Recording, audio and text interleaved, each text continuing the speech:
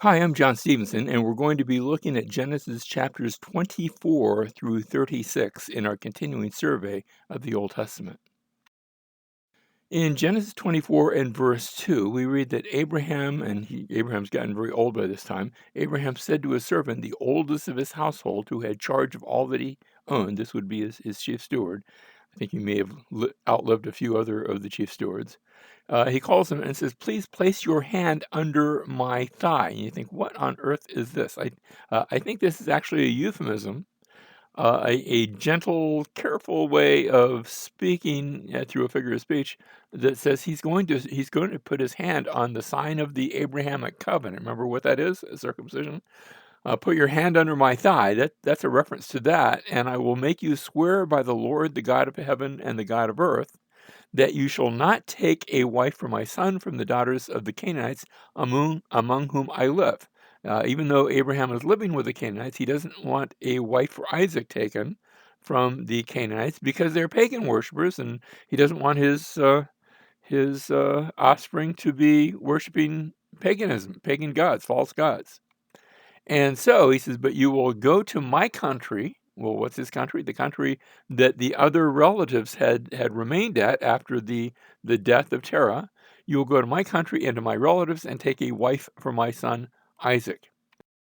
And so the servant leaves Canaan, and Abraham's in Canaan, and goes back to Haran, and there he's going to find a wife for Isaac. And as he's getting there, he's praying, Lord, not sure how to go about this, but can you provide it? Can you arrange the meeting? And he prays to the Lord. And sure enough, Rebecca comes up to the well. Now it's going to be interesting. Here they are at the well, and Rebecca agrees. She actually performs the sign that the servant has asked, and she doesn't know about it. The servant has asked, when she comes, can she give me a drink of water, and can she also volunteer to water the camels? And she does that unbidden. And now their identities are made known, and the servant finds out this is actually part of Abraham's family, the extended family, and she agrees to be the wife of Isaac, though she's never met Isaac. And as I said, there's going to be a little bit of a well motif. We're going to see this well again in the story a bit later. Um, in fact, that's going to set up a motif we're going to see that takes us through, I think, the entire Old Testament and even into the New Testament before we're done. But she's going to be now the bride for Isaac, and she comes back and she sees him and he sees her, and they marry, and they're going to live happily ever after, sort of. Um, but she's initially barren. Genesis chapter 25, verse 21. And actually, that barrenness goes on. I'm not sure how long it is before they realize it, but it's 20 years before she finally has a child. And when she has a child, it's going to be two for the price of one. It's going to be twins. So, chapter 25 is going to tell us the story of the birth of the twins, and it's going to be Esau and Jacob. And when they're born, Esau comes out first, but as he comes out of the womb, there's a little hand. Jacob's hand is holding on to Esau's heel. Now, they had a figure of speech, and we've got one a little bit like this. We say he's pulling my leg. And that means you're trying to trick somebody. It's like in a joke. When they would say you're trying to Jacob somebody, you're trying to heal somebody, not heal because they're sick, but grab their heel, that's a figure of speech meaning they're trying to cheat you. And they look at Jacob, little baby Jacob is holding onto his brother's heel, so they name him Jacob, which has that alternate meaning, deceiver, trickster. If you're familiar with, and I hesitate to use this, but I'm going to anyway. If you're familiar with the comic book Marvel universe, that's Loki. He's the trickster. Remember, and that's not a good thing. And so Jacob is named that. And as the children get older, they live up to their name. Now, there's a little bit of an interlude before we get to that point. In chapter 26, they go to a place that's uncomfortably close to where the Philistines live. And Isaac does that same sort of thing that Abraham did with Sarah. He gets her to say, she's not my wife, she's my sister, and she goes along with it. And the king thinks, oh, good, she's a good-looking girl. I'm going to take her. and they find the truth comes out before anything happens. But there's this story of Rebecca for a short period of time in a foreign palace, and at the end of the king figures it out, and when he does, everything's okay. He doesn't, punish anyone, and Rebecca is returned to Isaac, and they make a peace treaty and a pact, and it involves wells and water and things like that. But that's all within that chapter 26. Now we pick up again with Jacob and Esau, but by this time they're adults and they're older, and it becomes time for for Isaac. He thinks he's going to die. Now he's not, but he's getting older, and I know what it's like to be older and thinking, okay, this is probably going to be it. I've actually had one or two experiences like that where I thought, okay, I'm going to be with Lord now, but I'm still here, and it's good. I'm glad to be.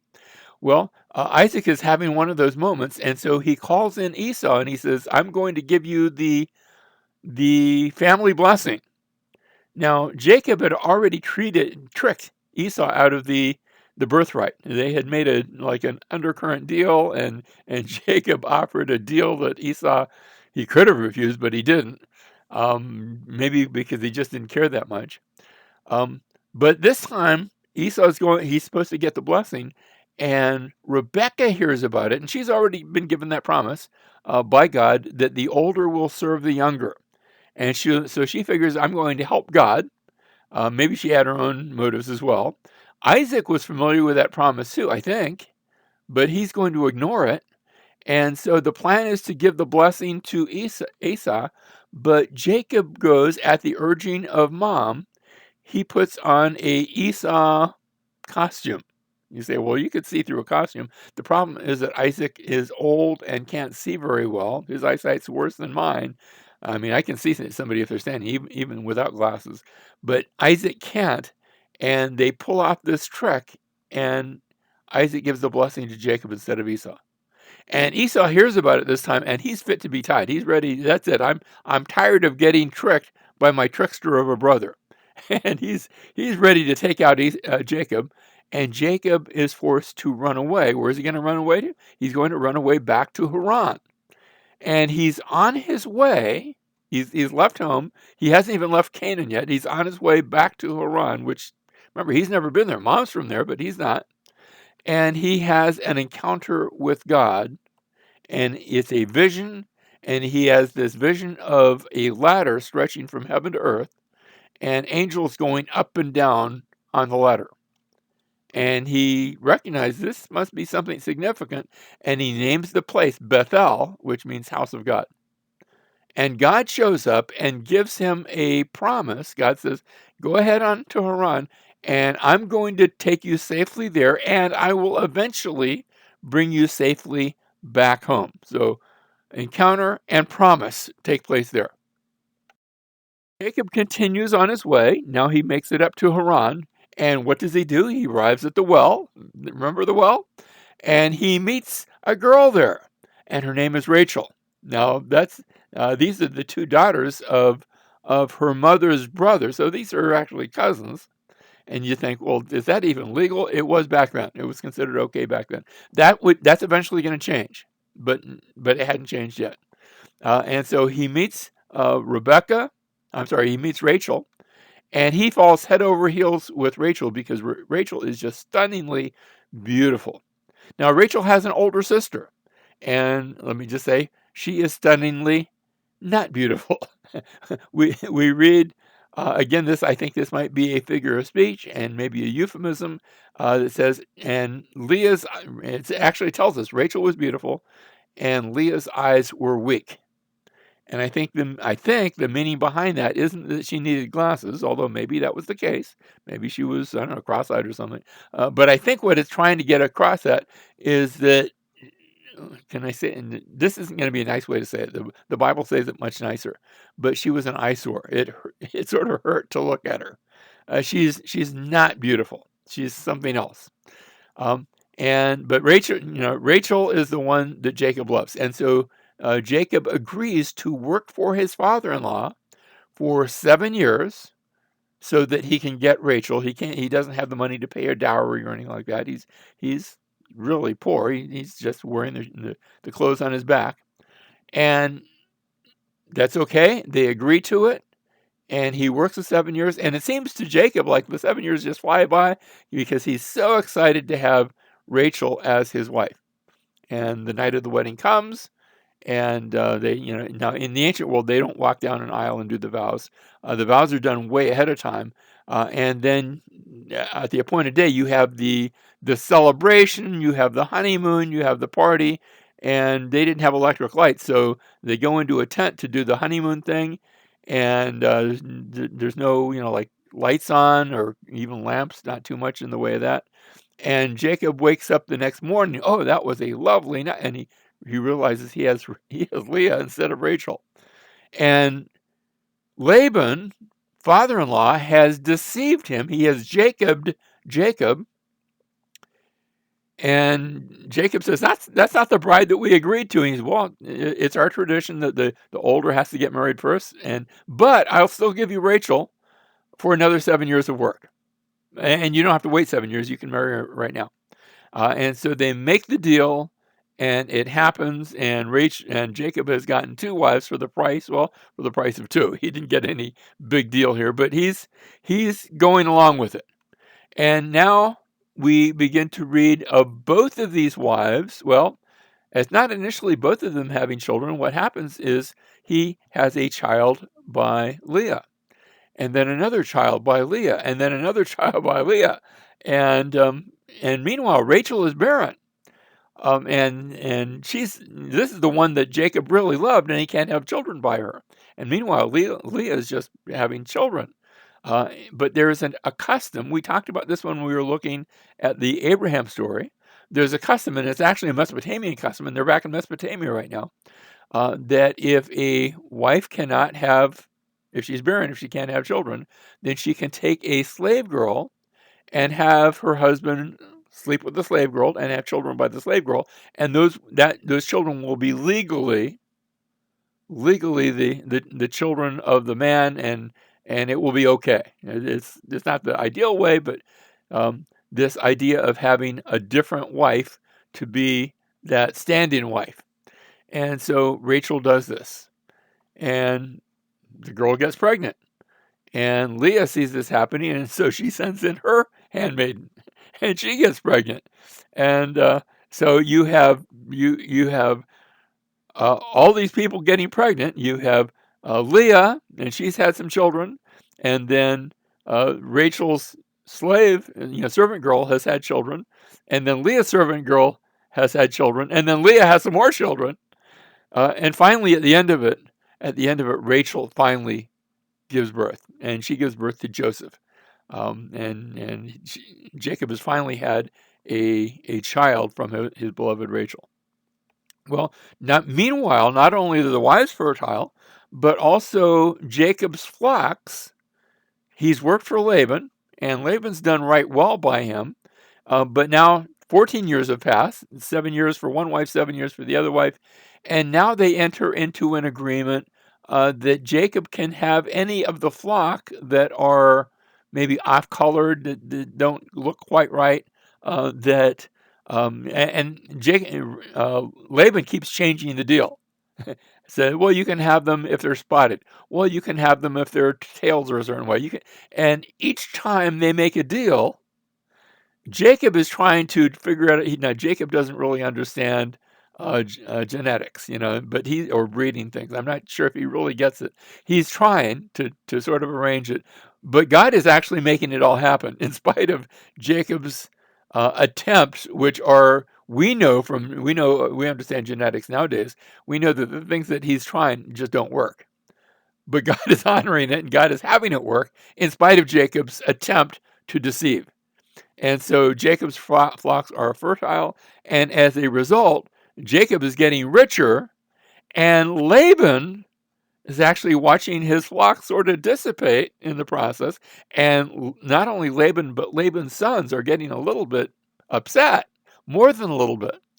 And so Jacob sees this growing animosity, And he says, I better get out of here, or else I'm gonna be in a heap of trouble. And so he sneaks out very carefully, by secret, and he flees from Haran. Now, where's he going to go? He's going to go back to Canaan. That's the only place left to him. And he's headed back, and Laban comes after him. Now, he can't really come after him for the flocks because they're his. But he comes after him saying, "You're taking my daughters away, and you didn't give, you didn't even let me say goodbye to them." And meanwhile, we're told that one of the daughters, Rachel in particular, has stolen her father's teraphim, the teraphim, or these idols. And so notice when Laban had gone to shear his flock, then Rachel stole the household idols that were her father's. What was she doing with idols? We're not told, and there's a couple theories out there, but I'm not going to go into those. She has stole these idols and she's made off with them, and Laban's using this as an excuse. Yes, you didn't let me say goodbye to my daughters, but you stole my idols, and he doesn't know that Rachel was the one that did it. He's thinking that Jacob did. Well, they catch up, and chapter 31, verse 31, then Jacob replied to Laban, because I was afraid, for I thought that you would take your daughters from me by force. And now regarding the idols, he says, verse 32, the one with whom you find your gods, these are the idols, shall not live. What Jacob does, he puts a curse on anyone who took the idols, not knowing that it would, and we're going to read this here. Notice, in the presence of our kinsmen, point out what is yours among my belongings and take it for yourself. For Jacob did not know that Rachel had stolen them. So he's unaware. He inadvertently places a curse on whoever took the idols, not knowing it was Rachel that took the idols. So what he has done, he's put a curse on his beloved Rachel, on his beloved wife. Verse 34, now Rachel had taken the household idols and put them in the camel's saddle, and she sat on them. And Laban felt through all the tent, but did not find them. And she said to her father, let not my lord be angry that I cannot rise before you, for the manner of women is upon me. She says, it's that time of the month, I'm having, and Laban says, well, okay, I don't want to get close to that. And he searched, but did not find the household idols. Notice how she has deceived her father. And he goes looking for them, but did not find them. After this, they continue down to Canaan, and Laban and Jacob actually make a covenant pact. Look, neither one of us are going to pass to coming after the other one. It doesn't sound all that friendly, but still, at least they come to an agreement. And Jacob is finally coming down to the promised land. Remember, there's Canaanites in the land, but there's also his brother in the land that he hasn't seen in a bunch of years. He hasn't seen in, let me just do the math, 21 years it's been since he's seen his brother. And the last time he saw him, Esau was threatening to eventually kill him. And nothing has happened that would necessarily change that. And so Jacob and Laban have parted in peace. And now Jacob comes into the land. And as he comes into the land, he hears news that Esau is coming to meet him. Oh, good, my brother's coming to meet him. Meet me. But he has 400 armed men. and that doesn't sound good. So Jacob is trying to figure out what to do, how to get rid of the anger of Esau. He can't overcome him. He doesn't have 400 armed men on his side. Esau has that. Jacob doesn't. And so we read in chapter 32, verse 24, then Jacob was left alone. What he had done, he had sent a present, actually multiple presents to Esau, sheep and oxen and all sorts of different animals. And then he sends his family with Leah across the river, out to meet Esau. And then he even sends Rachel and Joseph. And he's by himself.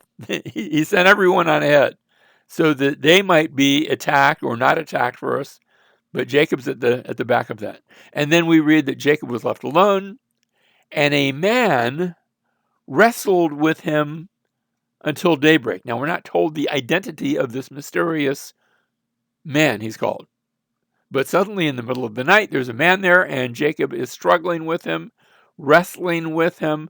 when he saw that he had not prevailed against him, he touched, that is, the man touched the socket of his thigh, that is Jacob's thigh. So the socket of Jacob's thigh was dislocated while he wrestled with him. I don't know if you've ever suffered a dislocation. I have.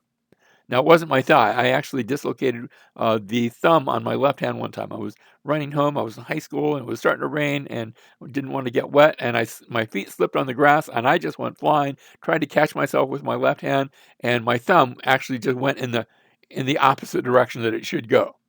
And oh goodness, did that hurt! It was just ultra painful. And here Jacob suffers that with his entire leg.